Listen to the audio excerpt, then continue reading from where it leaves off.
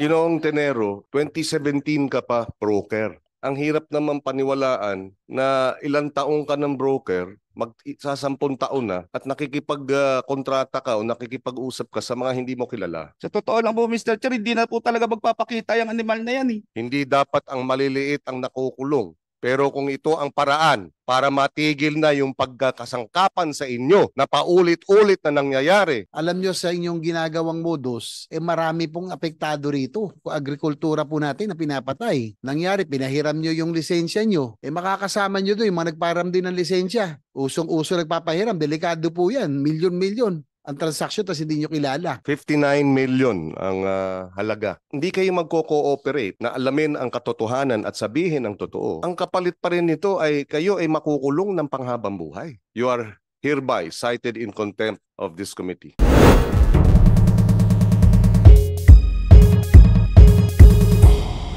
Sir, Mr.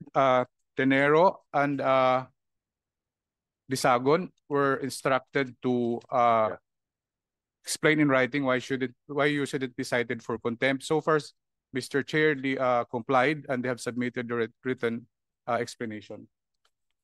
Before we proceed, we acknowledge the presence of Senator JV Ejercito.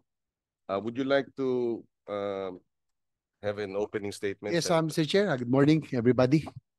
Anyway, Mr. Chair, I already have a copy of the explanation of both Ms. Brenda Disagun and Luian Arm Tenero, no? The brokers that were also here during the last hearing. But it seems that in their explanation, there's still a lot of inconsistencies. And I don't think this are accurate, Mr. Chair. So I'm sorry, it's a difficult, but I move, Mr. Chair, to cite them in contempt because I don't think they are very truthful in their explanation of why they should not be cited in contempt, Mr. Chair. Thank you, Senator JV. May huling gusto pa ba ninyong ipaliwanag apart from yung nabigay ninyo sa inyong show cause letter? Ginoong Luigi? Good morning po, Mr. Chair. Good morning po. So hindi mo talaga kilala yung apelyido ni Mr. Carlos? Yes po, Mr. Chair. Yun lang po talaga ang pakilala niya sa akin po. And the same time po, siya ang sabi niya po, authorized representative po siya ng 1024 po. Mr. Chair, parang mahirap naman na paniwalaan na matagal na kayong nagtatransaksyon at malalaking amount, Mr. Chair. Hindi naman to ilang daang piso lang eh. Tapos hindi nyo kilala yung pagkatao, magtitiwala kayo. Paano kami maniniwala? Yun sana, pinagbibigyan ka ng pagkakataon na ating chairman na ipaliwanag, na convince kami na hindi ka nagsisinungaling. Sige, bibigyan ko namin ng pagkakataon.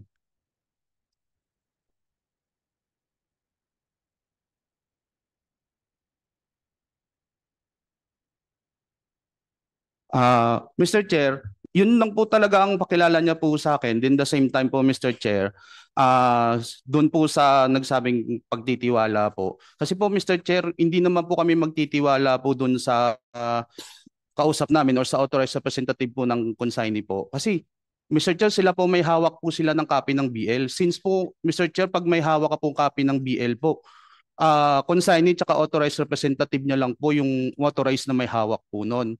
Then the same time po, nung nag-lodge po ko, exercising po yung diligence ko po, humingi po ako ng copy ng COR niya po, yung certificate of registration niya po, then yung 2303 niya po. Kasi po, doon po sa dalawang docs na yun po, doon po namin sinecheck po yung TIN number niya po, kung co-aside po doon sa COR tsaka sa 2303 po. Mr. Tenero, very particular ka doon sa mga dokumento pero yung apelyido hindi mo alam.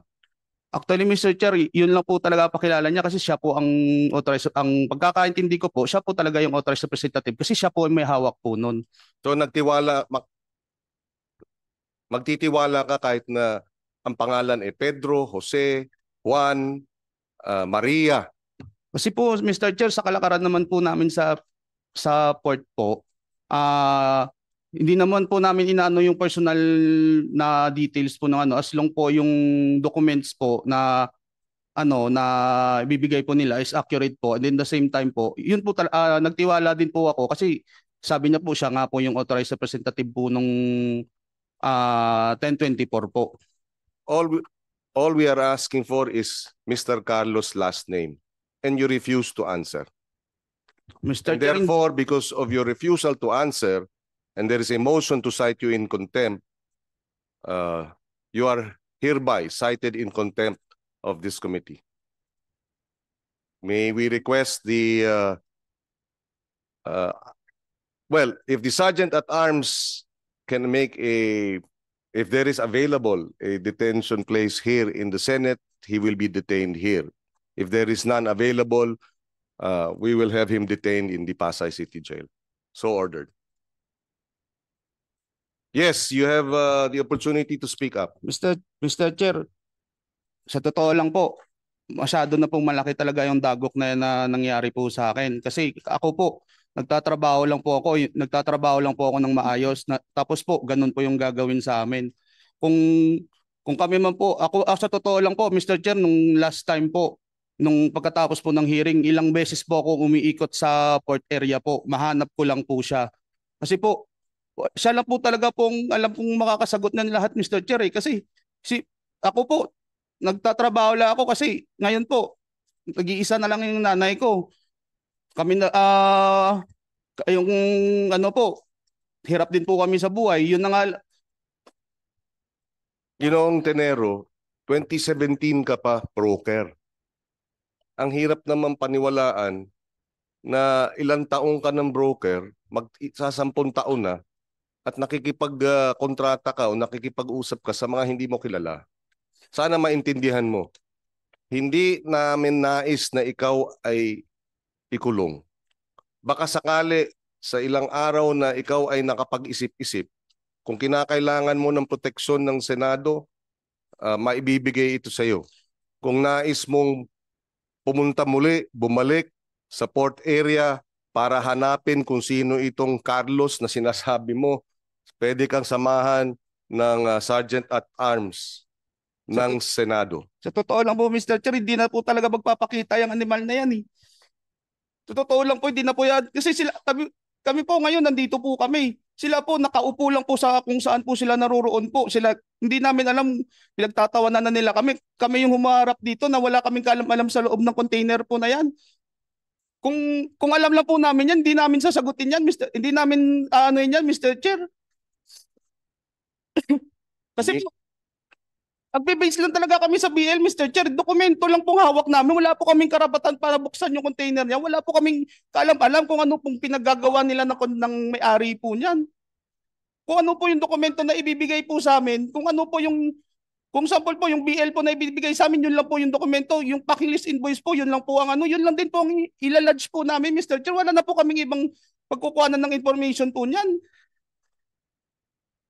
Tapos po, ang labas po nung kanina doon, sorry po Mr. Chair, sorry po, naging lang po ako kasi iniisip ko po yung ako tsaka yung family ko po eh. Kasi damay na po kami ditong lahat. Yung nanay ko po, muntikan na po nung nakaraan kasi hinimatay po dahil sa nangyari. Hindi ko po mapuntahan dahil imbis na iuwi ko doon sa amin, ipapadala ko na lang po kasi kailangan nga po nila. Tapos ganito pa po nangyari, Mr. Chair. Kami po yung dito na kami po as broker po. Dideklara lang po namin. Mr. Tenero, 2017 ka pa broker. Baka meron kang ibang kapwa broker na maaring tumulong sa iyo para bigyan ng identification tong si Carlos. Kaya baka ayaw mo lang sabihin dahil natatakot ka. Mr. Chair, wala na po akong iluluwa. Yun na lang po, yun po talaga ang alam namin. So wala kang ibang kilalang broker na maaring kilala siya? Hindi ko na po alam, Mr. Chair, kung kilala niya, kilala siya ibang broker po. Kasi alamin natin kung kinakailangan silang tawagan, kung kinakailangan mong puntahan, bibigyan ka ng proteksyon. Alamin natin. Yung mga kapwa mo broker na kasama mo ron, tanungin natin. Mr. Chair, we want to get ayaw naming ikaw ikulong. Pero ikaw ang susi para malaman natin sino si Carlos. Ikaw ang susi. Ikaw ang Wala na po susi. talaga alam dyan. Kasi po, Tanungin natin yung mga kapwa mo broker. actually, May Mr. mga Chair, broker. marami na po akong- Wala kang kilalang broker? Wala kang ibang kilalang broker? po. O Kasi yun, po, yun. na po Yung talaga marami yung- na yun, patawag natin dito kung sinong may kakilala. Tutulungan ka namin. Wala Pero na- ayaw naming hindi kami naniniwala na hindi mo kilala si Mr. Carlos. Ano dyan, Mr. Chair, sobra-sobra na po ang nangyari. Siguro kung ikaw ay makapag-isip-isip dahil ikaw ay nasa kustodiya ng Senado, baka sakali mapag-aralan mo kung ano ang mas magandang hakbang. In the meantime, you are cited in contempt of the Senate. And we do not, sabi ko sa opening statement, ayokong gawin ito. Hindi dapat ang maliliit ang nakukulong. Pero kung ito ang paraan para matigil na yung pagkakasangkapan sa inyo na paulit-ulit na nangyayari, ikaw mismo ang nagsasabi, ilang beses mo nang ginagawa ito sa iba na hindi ginagamit lang ang iyong lisensya, wala kang kinalaman, iba ang mga kumikilos, iba ang pumupondo.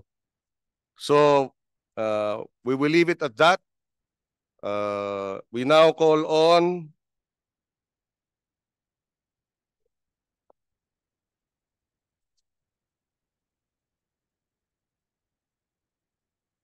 so meron daw TIN, tax identification number si Carlos, nabanggit mo?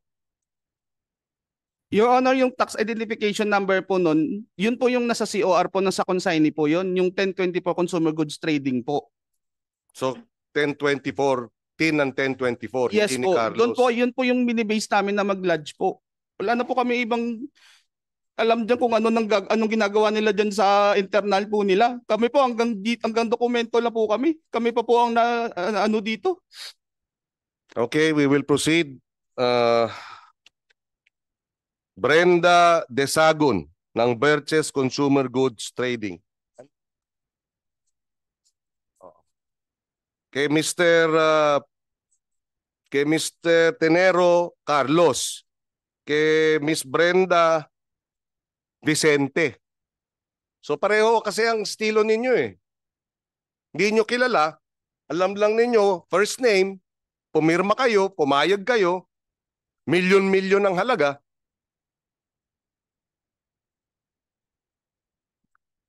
May motion to cite you in contempt. Duly seconded. Meron pa kayong nais sabihin? Yun lang po, Your Honor. Yun lang po yung silalay sa akin pong explanation. Sa totoo lang po, Your Honor, pinahiram lang po namin yung yung aming consignee po kay Sir Vicente. Yun po before nakikita-kita ko na sa pier. Pero hindi naman po kami totoong magkakilala. Then ang mga April po, lumapit po siya sa akin, nagtanong po siya kung may alam po ako. So yun lang po ang sinabi ko sa kanya. Basta ka ako, sir, wala tong illegal ha. Umupo naman po siya sa akin.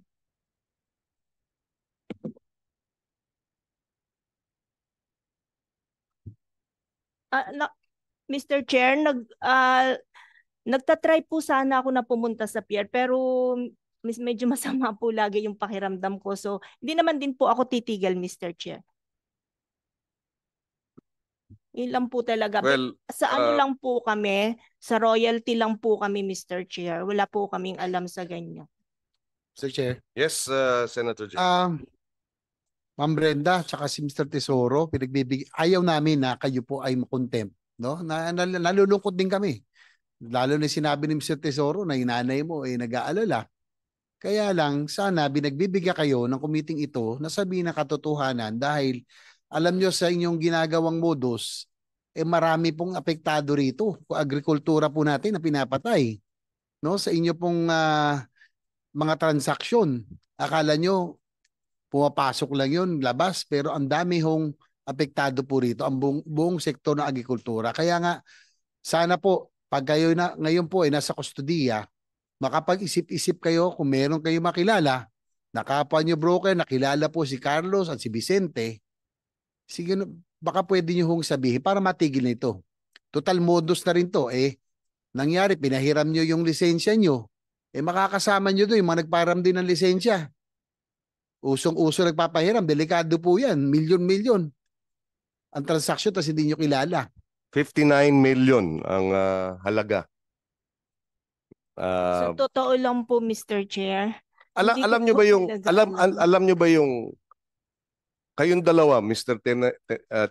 Tenero, Miss Sagun, alam nyo ba yung multa dito sa economic sabotage, agriculture, anti-agriculture economic? Alam nyo ba?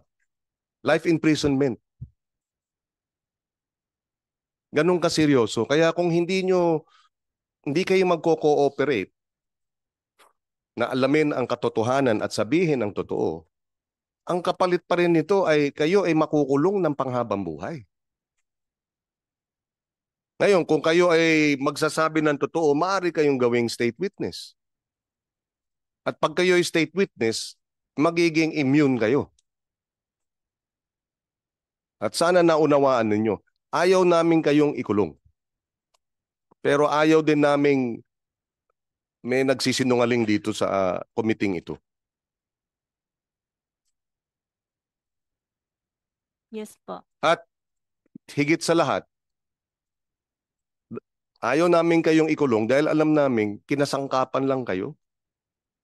Wala naman kayong kakayahang gumastos ng 60 million.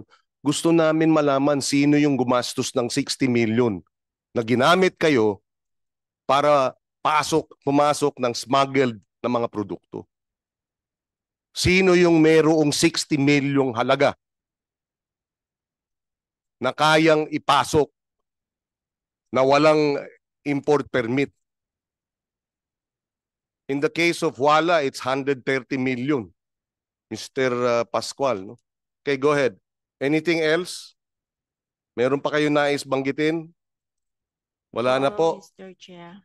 Okay, so there is a motion to cite Ms. Brenda Disagon in contempt, seconded. You are hereby cited in contempt of the Senate, and you are to be detained in the Senate premises.